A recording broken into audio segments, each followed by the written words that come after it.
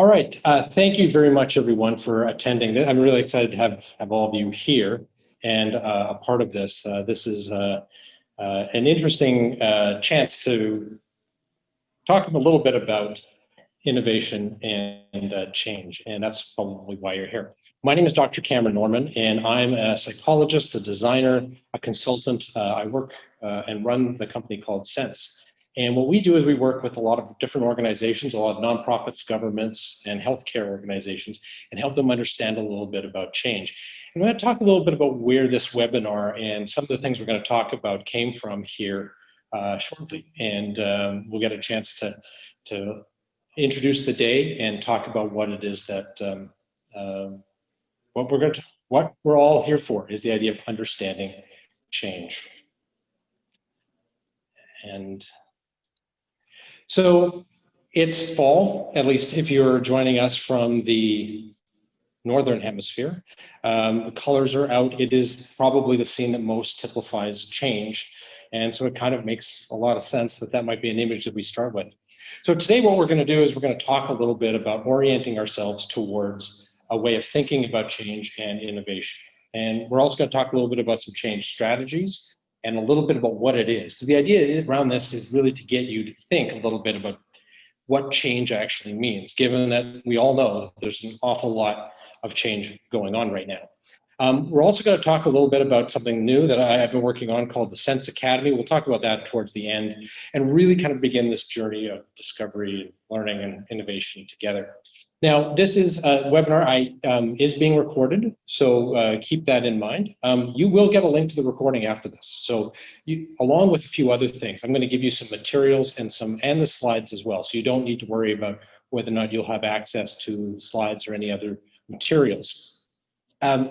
This is me running the webinar. I don't have a technical crew with me, so I apologize if there are issues that are coming up. If you're having problems with the audio or video, one of the things I would suggest is log back out and then log back in. That's probably the best way to be able to engage with that. We will have a chance to have some conversation at the end of this, so feel free to hold your questions there. I'm going to go through this. This is going to be a little bit more of a traditional kind of a talk, but it's probably the only one that's going to be like that. It is the first in the series, and we'll talk a little bit about that as we go. So thank you very much for joining me from wherever you are. Let me just get into a little bit and tell you a little bit about myself. So there's a joke. There's a joke that says, how many psychologists does it take to change a light bulb? And the answer is only one, but the light bulb has to want to change. That's a terrible joke, and it's actually not really true. Yes, indeed, if you want to change, that's going to help, but there's a lot of factors that go into change, and that was really one of the motivations for why I wanted to start this series and start this webinar. As I mentioned, I'm trained as a psychologist. I guess if you could call myself an agent of change, which I would say all of you are. I have been a special education teacher. I've worked as a teacher in the school boards. I've been a professor, a consultant. I've been a psychologist. I've been a carny. I've actually been able to determine just exactly how many people will buy an inflatable Gumby on a stick. An interesting little factoid that has served me in no way in my life. I'm also a designer, professional designer, and I've been a restaurant server and a lot of other jobs. And the reason I add all of those different roles is not to talk about me, but the fact is that I see change in all of the things that I do. I studied change for my degree, one of the things that behavior change was the focus of my training. And one of the things that it had got me to really think a lot about is that when you work in particular an academic setting, one of the things that you teach and you learn are the things that are academically studied. But it also betrayed a lot of my training as a psychologist, because I started to realize, well, we tend to self-select things. We select the kind of things that fit with our belief systems. We are really good at fooling ourselves. There's a lot more going on with that. And one of the things that led me to the field of design. And one of the things designers are really good is making change, making things happen. They're not always necessarily as good at understanding why, and they're not always understanding the effect that those things have. So I kind of bring those things together, and I'll draw on that experience as we go on with our conversation today. And of course, I'd like to hear a little bit more about some of the experiences that you've had. But the motivation for today really came from a lot of what's happened as we've seen over the last 8 to 10 months. We're seeing change at a level that is, I don't like to use the term unprecedented because it gets used a lot, but what's happening is we're seeing many things that are happening that could have happened otherwise, but they're happening together. They're happening simultaneously. And it's really causing a lot of stress. I look around, I see people who are incredibly stressed, worried for their jobs, worried for their kids, worried for their families, and they're not sure how to handle things. They're not sure how to make change happen. And that was part of the motivation for this. There's a lot of resources out there, and most of them, there's a lot of good things out there, but there's also a lot of things that have issues with them. And I think the thing we take for granted is this idea that change is easy. It's really simple. But the truth is, it really isn't.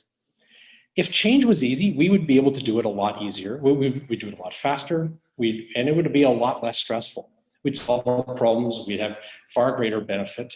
It would happen all the time, and we wouldn't find ourselves stuck.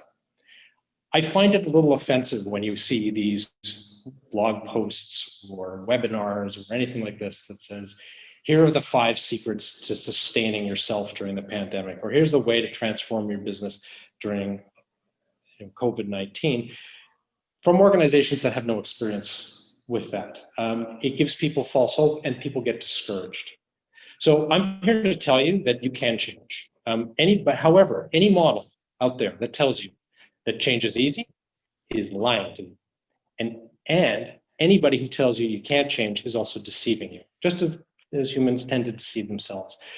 The answer is it's somewhere in the middle. It's worth the time, care, and attention to being involved in understanding how change happens. We change all the time, but we often don't think about what it means to actually change. So that's really what this webinar and this series is going to be about, helping you understand a little bit about how to think. So to feel hopefully a little bit better, more optimistic, give you a few strategies, also a lot more compassionate, but as well as understanding that there's a lot going on. And we're going to have a chance to have a conversation.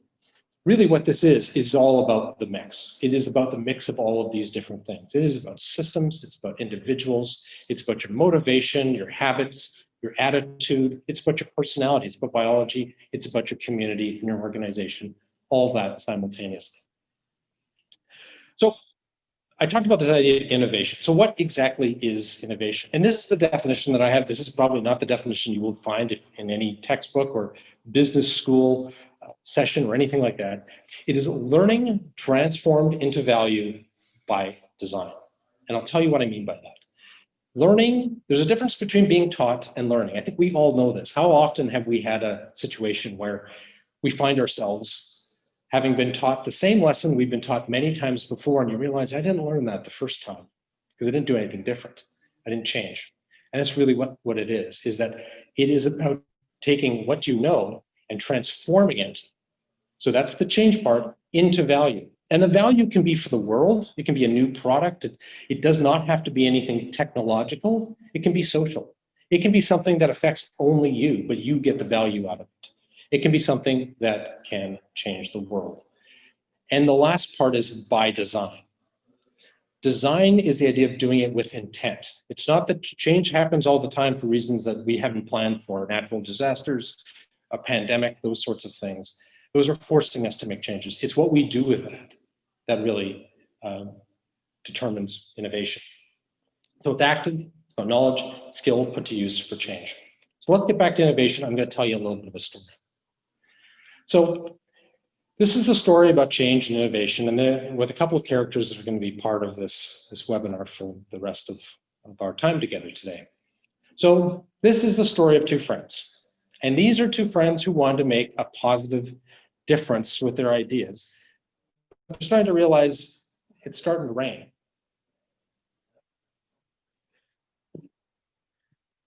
The friends had lots of ideas, they had focus, they had a commitment to action, and they were innovators. They worked hard, they started something, and they believed they could do a lot of good for the world. And for a while, they actually were really successful. But sometime along the way, something changed. And they found that what they were doing was not having the same effect that it once did. And the people they served They needed something different than what they were offering. At the same time, the culture was changing too. All the things that had been working well were being affected by the changes around them. Probably reminds you a little bit about what's happening right now. So now what they offered wasn't really the right fit. It was working, and now it wasn't. They needed to innovate, and they had just too much to offer to the world to stop. Now, maybe this story reflects some of the challenges that you're facing. One of the myths around innovation and change, and we'll talk about these shortly, is this idea that change is something because something's wrong, or we're doing the wrong things. It can also be the fact is we're doing the right things, but the system around us is changing, which means the fit doesn't fit the way it used to. That's really part of what change is all about. So we'll talk a little bit about this. So now I'm going to ask some questions. So this is where you get to be a little interactive here. I've got a few polls for you. Let's see what people think. What fits with you right now? And I'm just going to bring up the poll here. Here it is. I'm going to ask you a question. The question is, when it comes to a situation you're interested in, it can be anything that you're facing right now. It can be profound. It can be something really benign. But what describes your current situation the best? And it's a multiple choice, so you can pick which ones fit here. And we'll just ask this question here, and we'll see what happens.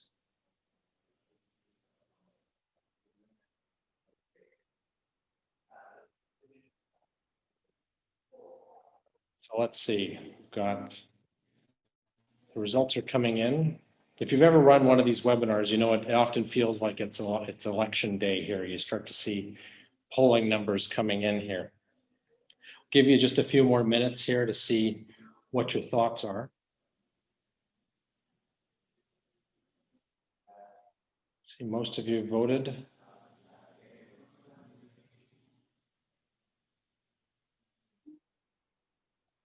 Okay, just a few more seconds, so get your vote in if you haven't already.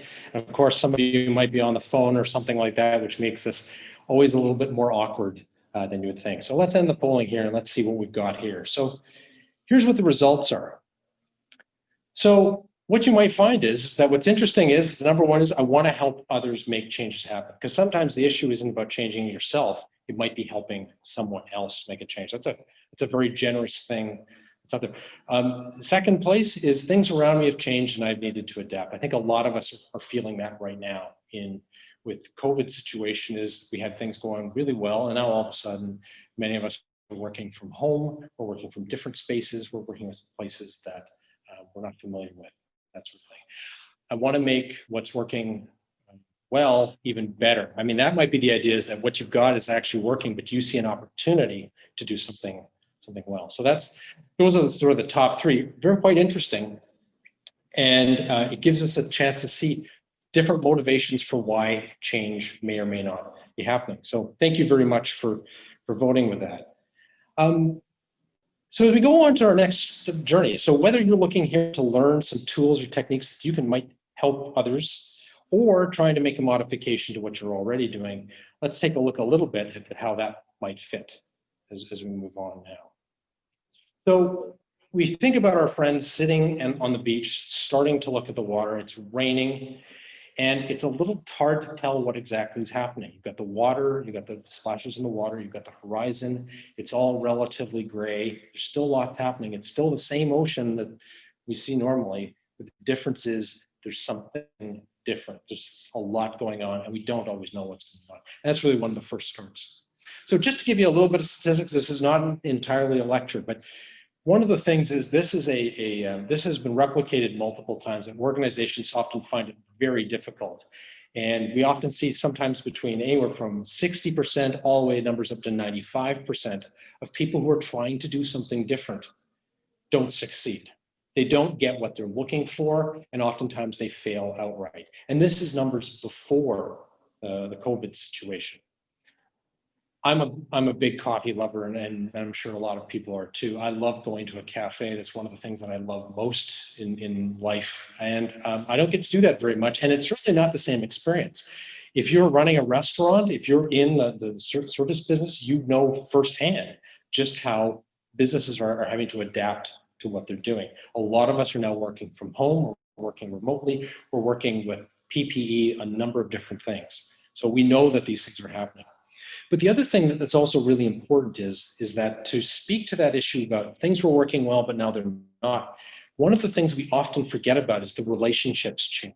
Our relationships are different to a lot of the things that we had before in terms of what our job meant. You know, if you're coming to us from the United States, you know that oftentimes your ability to access healthcare is tied to having a job. So if you don't have a job, you don't have healthcare.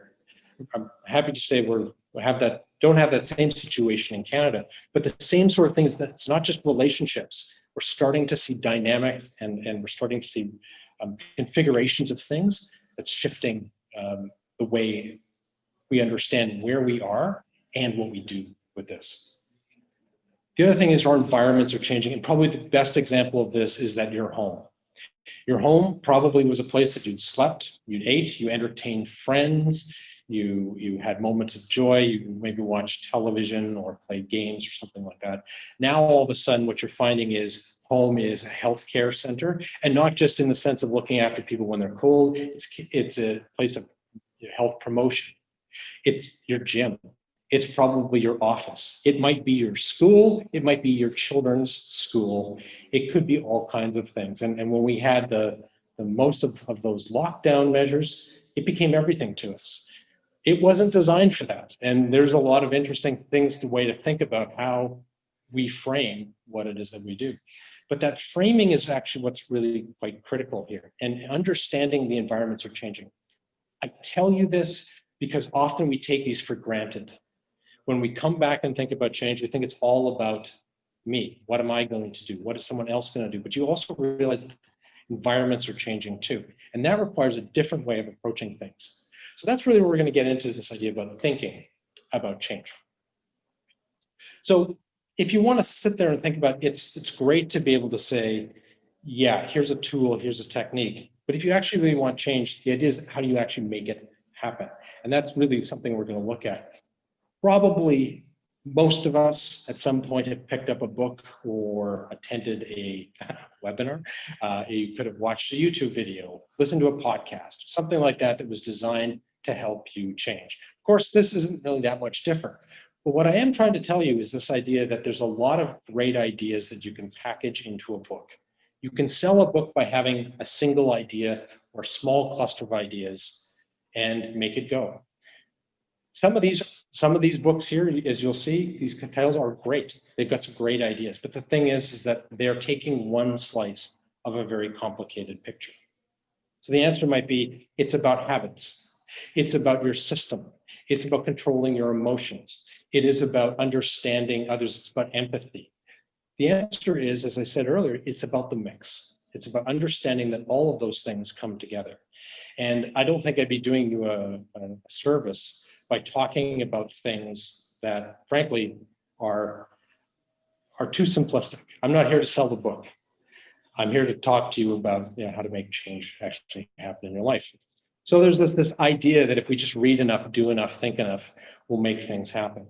There are things that we can do, and there's things that we're out of, that might be out of our control, but it's understanding what they are and what we can do in the right situation. I'll speak from my professional experience as one of the biggest challenges that my clients have faced, that the people that I've worked with have faced, is that they've got the wrong mismatch between what they want, what they have, and what they need to do. And oftentimes, and I don't like to say this, but a lot of times my clients will pay for services and then they'll never use them because it's the wrong time or the wrong place, or they haven't been able to structure the right foundation to be able to help them change. And that may not have anything to do with the people I'm working with, maybe senior leadership. It may be their customers or their clients. So it's finding that match. So now I spent a lot of time at the very beginning having conversations.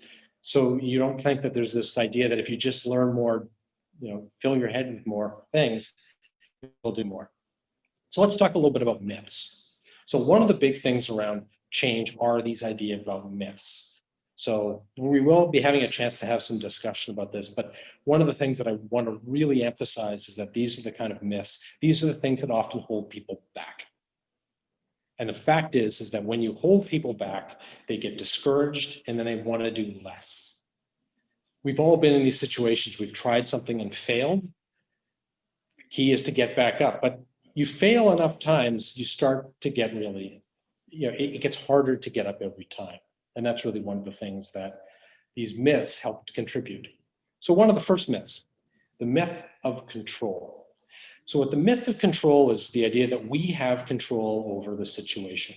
That's not to say that we don't have control, but the idea is that we can't control all of the different things. If you're starting to do something with someone else, there's lots of techniques on how to influence people, how to be influenced and stuff like that, how to communicate well.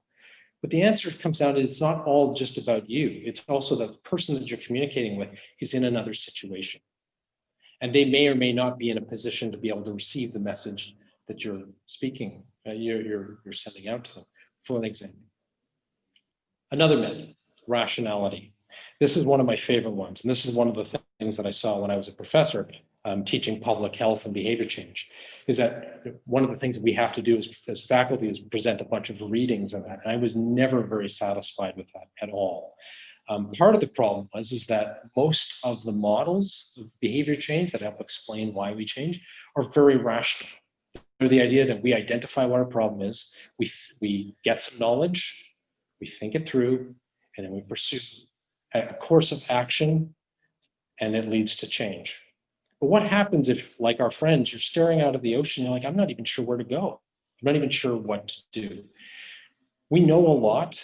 Anybody who's ever been in a relationship, a romantic one, a relationship with your children or your parents, knows that it's not all rational. It is emotional. It is biological as well.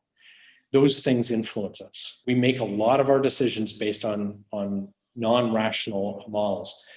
So it's a myth that we can just think our way through this stuff. And that's actually part of being human. So this isn't about being inferior. It is about being human and recognizing that. It was always one of the things that was frustrating for me as a teacher, because there's very few examples of that. And the reason for that is simple. It's very difficult to research. Rationality gives you a very predictive kind of way of doing things. Non-rational behavior is a lot harder. Next one, myth of independence. I'm my own person. I'm the ruler of my own behavior. And again, like all of these, there's partly truth to that. We have an ability to influence a lot of change. There's a lot of things that we can do that maybe we think we can't. But at the same time, we are interdependent. We are social beings. People suffer when they are apart. Many of us probably know that firsthand. If you're stuck at home, you're by yourself, it's very difficult. One of the things that I'm very proud of or pleased of is that I have a group of friends that we come together every week. We have a conversation and call, and we talk about whatever's on our mind. But it's always just a way of saying, hey, we're here for each other. We need each other. Even though we are all independent, we're across the globe, it's a way of just recognizing that. And the fact is that we are all interdependent. We're not going to achieve great things by ourselves. We need to be with other people. But we can achieve a lot on our own. So it's not an either or. Next is the myth of skill and tools. So oftentimes, and I get this a lot, is that just give me a framework, give me a tool, give me a device. If I get really good at doing this thing, I will succeed. And the thing is, this happens all the time. Is you can have people that are fantastic and skilled and still not be successful. One of the things that they have tracked with professional athletes, if you think about people like Michael Jordan and Wayne Gretzky and LeBron James and Ronaldo, all of those different athletes, for example, the best gymnasts in the world, all of them are very successful because they've failed a lot, because they've actually done more attempts than most others. And that isn't because they keep hitting their free throw shots or they score goals. It's they take more shots. And the more shots they take, the better they get. But they're still going to miss more than many other ones because they're taking more shots. So that's really one of the myths of skill, that if we just get better, we won't fail so much. Well, the answer is we still might, but the answer is that we have a chance to learn. That really kind of gets down to what innovation is. A couple of other ones. Myth of intent. If we just do the right thing, if we do good things will happen. We know that that isn't true too. It's true a lot of the time, but not always. So it's not just about us having good wishes. There's that expression, the road to hell is paved with good intentions. We often have tried to do many good things, and it's produced ill effects. So good intent is very positive, but that alone isn't going to produce positive results. The last one is myth of knowledge. I've kind of touched on this a little bit, is that just having a lot of knowledge itself doesn't always mean things. And I speak this very plainly as somebody who's studied psychology and behavior change. It doesn't mean I'm the master of things. I'm pretty good at diagnosing problems and hopefully correcting them, but it certainly doesn't make me outstanding at being able to change. In fact, a friend and colleague of mine is somebody who often talks about how dysfunctional his organization is, partly because they're all psychologists. Interesting kind of phenomenon there. Okay, so now let's have yet another poll. Let's talk a little bit about this idea about, so what kind of myths do you hold on to? And we all hold on to these myths. As I said, I am no perfectionist around it. There's certain ones that I believe into. So what we're going to do now is actually go into another poll. And let's see what kind of myths people go on to. So here's the question. Which of these myths do you hold on to the most? You only get to pick one. So which is the one that you find yourself thinking about and going, yeah, you know what, that kind of, I tend to believe that a lot. I buy into that.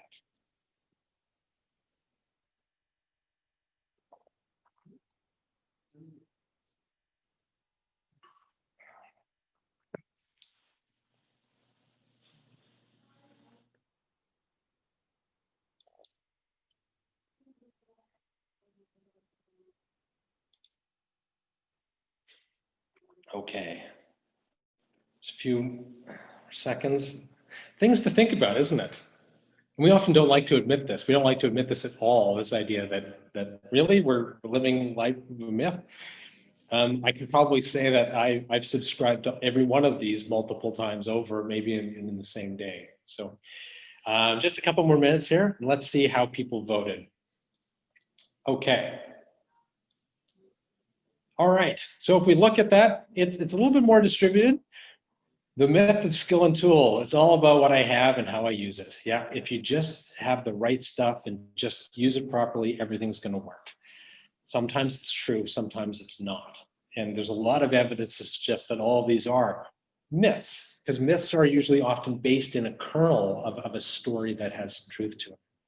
Another big one is the myth of knowledge. That is that we just know more. Absolutely. I hope, what I'm really hoping, and this will be part of our conversation, is that this isn't contributing to it. The more you know through this webinar, the more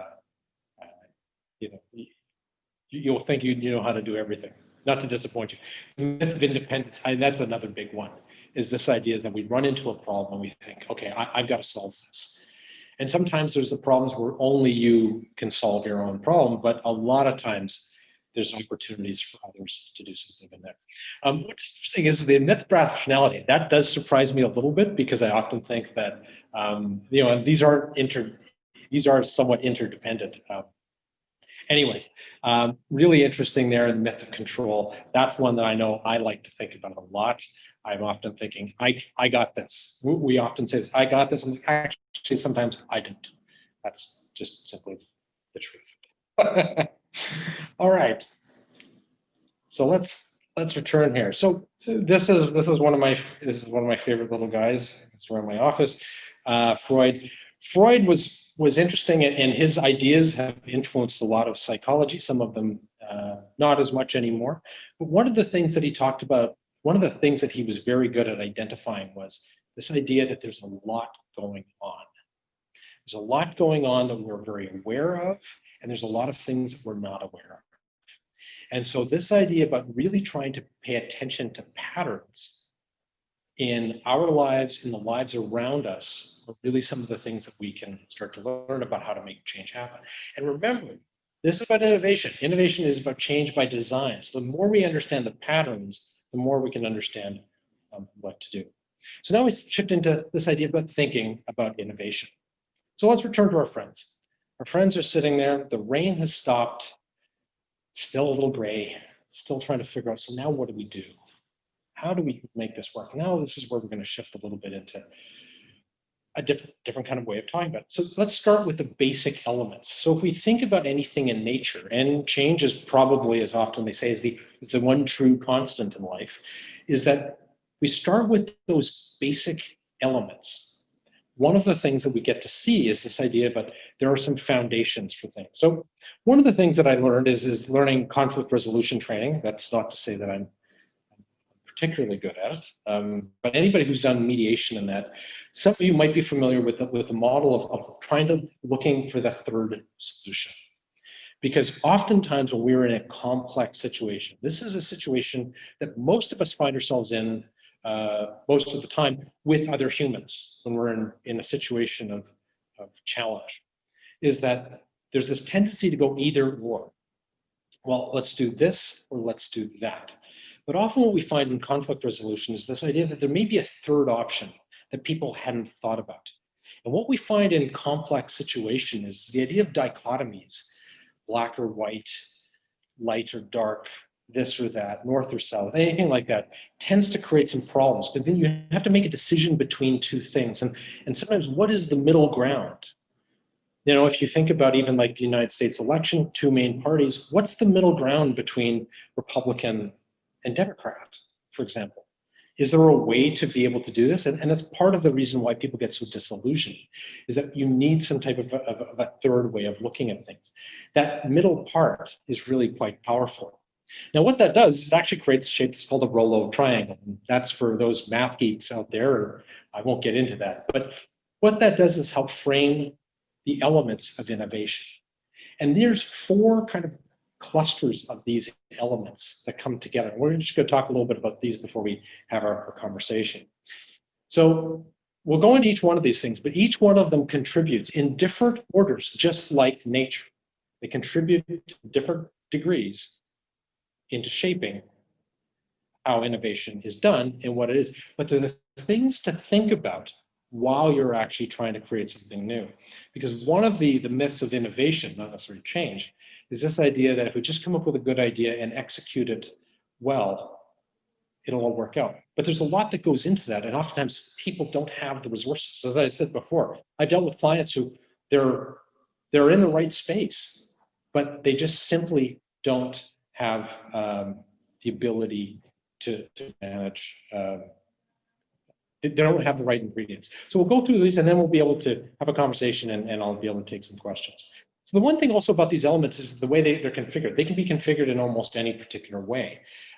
In some cases, it's more of some than the others, and some it's others. So we can talk about those things. So now if we're looking at the water, coming back to our story, is it's a lot more stable, it's a lot more consistent.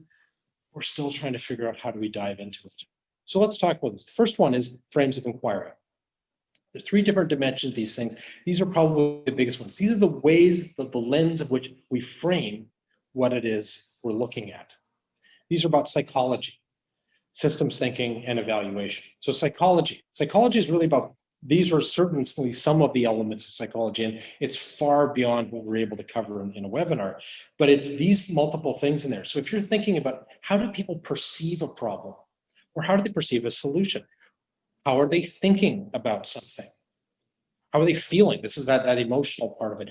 What actions are they taking, their behavior? What kind of motivation do they have? What kind of personality do they have? Like some of us are a little more sensitive than others, and some people are a little bit more outgoing. Some people are more introverted. Those sorts of things. Those are personalities. They shape what we create and how people use things, and they're often not considered. And of course, there's that social things. What are we seeing other people do and use? This is probably famous. Many of you who've ever taken an undergraduate psychology class would know this is a very old visual illusion. And what's interesting about that is that it harkens back to this idea that in perception is that sometimes you can't see everything at the same time. You switch. So if you take a look at this diagram, what you'll see is an old woman, or you'll see a young woman with the necklace there. So which turns as the mouth, that sort of thing. Another illusion might be this one here. If you've ever picked up the 8 of spades, one of the things you may find is that you've got 8 different 8 of diamonds. If you happen to notice, there's an 8 in the middle of the 8 of diamonds. Really what perception is all about is seeking patterns. It's about understanding what we see, and it matters as much as what we see. And that really affects innovation. And just to give you an example of this, like you might be thinking, well, how does this actually matter? Is we'll talk a little bit about the Wright brothers. The Wright brothers, as you know, were the ones who were the first people to fly an aircraft a certain amount of distance. At the time, there were hundreds of people trying to get into the air. Now, at the time, there wasn't really aerospace engineers, but nobody would look at the Wright brothers' design and say that it was perhaps the technically superior design to anything else. It was very hard to evaluate. What made them very good at this was the fact is that they were bicycle. They made and sold bicycles. Now, this is actually one of the bicycles that they created. This is in the museum. And one of the things is that they were able to understand, if you know about bicycles, you need to know about balance and you need to know about motion. You can't sit still and you have to balance. You have to negotiate those two things. Their ability to understand bicycles and understand motion were really the things that helped them understand how to change the way the flight dynamics would happen. There's a little bit more to it than that, but that was one of the things that gave them a very distinct advantage. That's a perceptual experience. Another one is seeing systems, seeing how we are interconnected to others. So seeing these relationships between different things, and this is an example of the London Tube map for anybody who has ever been to London. You might recognize it because of the patterns and the style. It's got no labels on it, and yet it's very distinctive, partly because of the graphic design behind it. But there's a lot going on with that. And the last one is impact. As mentioned at the very beginning, we talk about what innovation is. It's about value. Evaluation is about understanding what the value is. I can create an amazing tool or technology. If nobody's going to use it, it doesn't matter. I can create a way to solve poverty. If nobody's going to pick it up, it's not going to do its job. We need to be able to evaluate things. So one of the ways to do that, just to give you a strategy, is this idea about smallest visible systems. And this is one of the things we're seeing right now. It's really it's a big issue, is this idea about where do I tackle things? I may have lost my job, my sector is being transformed, what do I do?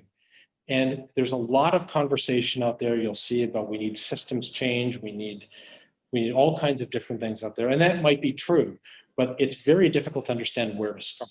One of the best ways to do that, if you are finding yourself lost and confused, is figure out what's the smallest change I can make right now that has meaning for me. The reason why is it brings those three things in together. It brings psychology, systems, and evaluation together. So what's the thing that offers meaning for me? It's something that you can act on and evaluate and go, okay, I'm making a shift here. I'm doing something a little bit differently. What's happening as a result of that? And paying attention to that and seeing how it affects other things. So what would it mean to change the way you go grocery shopping, or the way you move, or the way you reach out to friends, or something like that? Just a small thing. You don't need to change everything, just a little bit. You try that, you may find yourself making the change you're looking for. Next piece, elements of design. And some of these we'll go through. The first one is really kind of the big ones. These are the things about design, the things that actually allow us to create things. And it's about craft, it's about the product, and it's about the thinking. Craft is this idea about doing the work. Now, certain changes we can make, we do all the time. We might change up how we eat a little bit or something like that. But craft is also why we seek out expertise. A knowledgeable friend, a professional, an expert, a medical doctor, or something like that. Craft comes from spending a lot of time deliberately paying attention to what you do. And we've all been there, all tried something new and realized that it's really difficult at the beginning. The more we do it, the more we pick up a lot of different ways to think about the problem that we're undertaking. You've probably heard Malcolm Gladwell's often misquoted, but reference to 10,000 hours. There's a lot in that, but this idea about what it's really meant is this idea that if you spend deliberative time over time, you build a craft to doing this. I think most of us who become quite good at something understand that.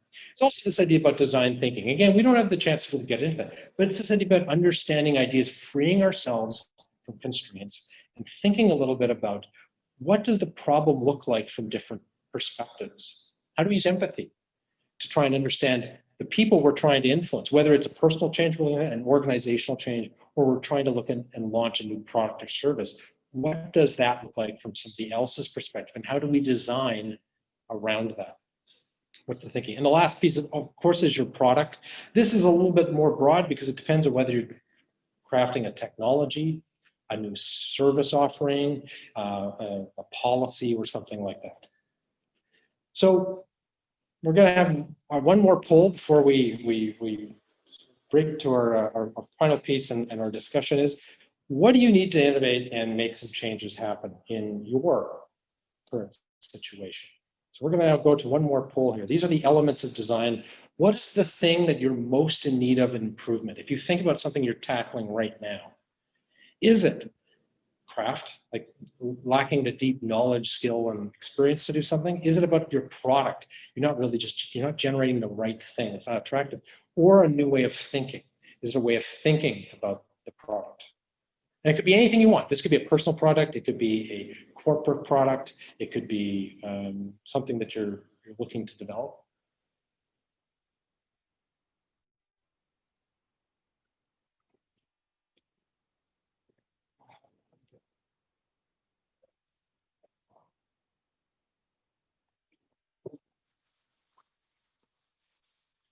Okay. Interesting. This is always interesting to see what people are picking. And we'll just few more seconds here if you have a chance to get your vote in, and we'll see where people are in terms of the vote. Okay. All right. Let's take a look at what we got. So this is what we've got now. If you take a look at this, one of the things you're going to see is that the clear winner was thinking, new ways to think about problems. And hopefully some of this might be helpful, is understanding the different elements in there. Because you wouldn't tackle a problem if you didn't really know what it was that you were tackling. And we do this all the time. We often think the idea is the product isn't good. If you think about the Apple just use a technological example, that came out and it was a nice tool. People loved it, who tried it. It was not in the right ecosystem. It didn't make sense. We have the iPad now, which is really just an ancestor of what the new was, if you don't know an example. And I'll be putting some examples of these things in the materials you're going to get after this. So, so the other thing is also the product. So maybe you're not doing the right thing. You might have some real creative solutions, but what you need to be able to do is figure out how do you pull it together to make what it is that you're doing. Maybe the idea is, if you're in the restaurant sector right now, a lot of you might be doing takeout. You might be doing dining outside in ways that you haven't done it before. How do you make that experience a little bit better to make it more attractive to people? And only one person said about the craft, and sometimes we're tackling situations. I know I've been in situations where I'm out of my depth. I don't have the depth of experience to tackle this particular problem because it's something I'm still trying to learn. Like many of you, I'm trying to learn a lot more about digital technologies and publishing and that sort of stuff. So that's one of the areas where I don't have the craft yet. So thank you very much. I really appreciate you jumping in like that. Okay, we're just going to finish things up, and then we're going to have a chance to have a bit of a conversation. Two more element groups. One is material sources. That's kind of those things, the stuff that goes into whatever it is. So this is the thing that's going into your product. It is about imagination, it is about science, and it is about engagement. Now, these are the things that might spook people. Like, oh my God, what is that we're talking about? And I'm going to use an example that's facing us right now about public health. Let's take a look at this. So what you'll see here are two examples. This is around the idea of engagement, marketing and communications. I know this because I've spent a lot of time in public health, doing training in public health, being a professor in public health. I'm still an adjunct professor in public health as well. And I think I'm in a position where I can be very fair in criticizing public health. I also want to commend them, the people that are doing a fantastic job. Every sector has its own issues. One of the sectors that we get in public health is this over-reliance on the myth of rationality and that sort of stuff. So take a look at two different things. If you look on your, I guess be your left-hand side, is we're looking at the flatten the curve argument. We heard a lot about this. We still hear this. Flatten the curve, flatten the curve. Most people don't understand what that means. It requires a lot of explanation of statistics statistical distribution, you have this whole healthcare system capacity. What exactly is that? What are the protective measures? How does this actually work? Where do we want to go? I mean, if you look at this, there's a lot of information in here, and we keep hearing this. The other side, we have something around, one part of this is the idea why should you wear face masks? Now, it's not, these aren't exactly comparable, but if you take a look at this was done by a designer. This is the idea about looking at something that's kind of humorous. It's really simple, but you understand what it is, and it requires very little explanation. The one on the left requires an enormous amount of explanation. The one on the right stands by itself. That's more effective marketing and communications. It's not always like that, and it doesn't always, it's not always just as simple. And of course, I don't want to badmouth public health, but you do realize there could be a lot more ways of creative thinking around this. That design thinking that we could probably see a little bit more right now. Next piece is around imagination. This is this idea that, this is part of the fun part, is that when you're envisioning something, that often used quote about Wayne Gretzky is he skates where the puck is going, not where the puck has been, is that if we're trying to innovate, we're innovating for tomorrow. We're not innovating for today. Our actions might be today, but the answer is what we're trying to create is something tomorrow. So you need to have an imagination and some foresight to imagine where are things going, what's going to happen. So if you're in the restaurant industry, use that example. Is if you're in Canada, you know it's going to get cold. What does that look like for you? If you are in another sector, you might think, okay, what is this? What's coming up there? So that allows us to trends and imagine what those futures might look like, and then walking back to help you understand where things are. Evidence. This is a big one. This is the science part of it.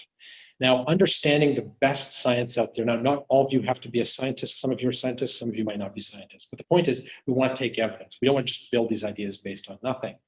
Oftentimes, if we're innovating, we might not even have evidence for something, but we try and do the best we can. This is a picture of the Vasa. Vasa is a 16th century warship commissioned by King Gustav of Sweden. He wanted it to be the best warship ever. And one of the things he demanded was it have more guns and more firepower than any other ship that's ever been created.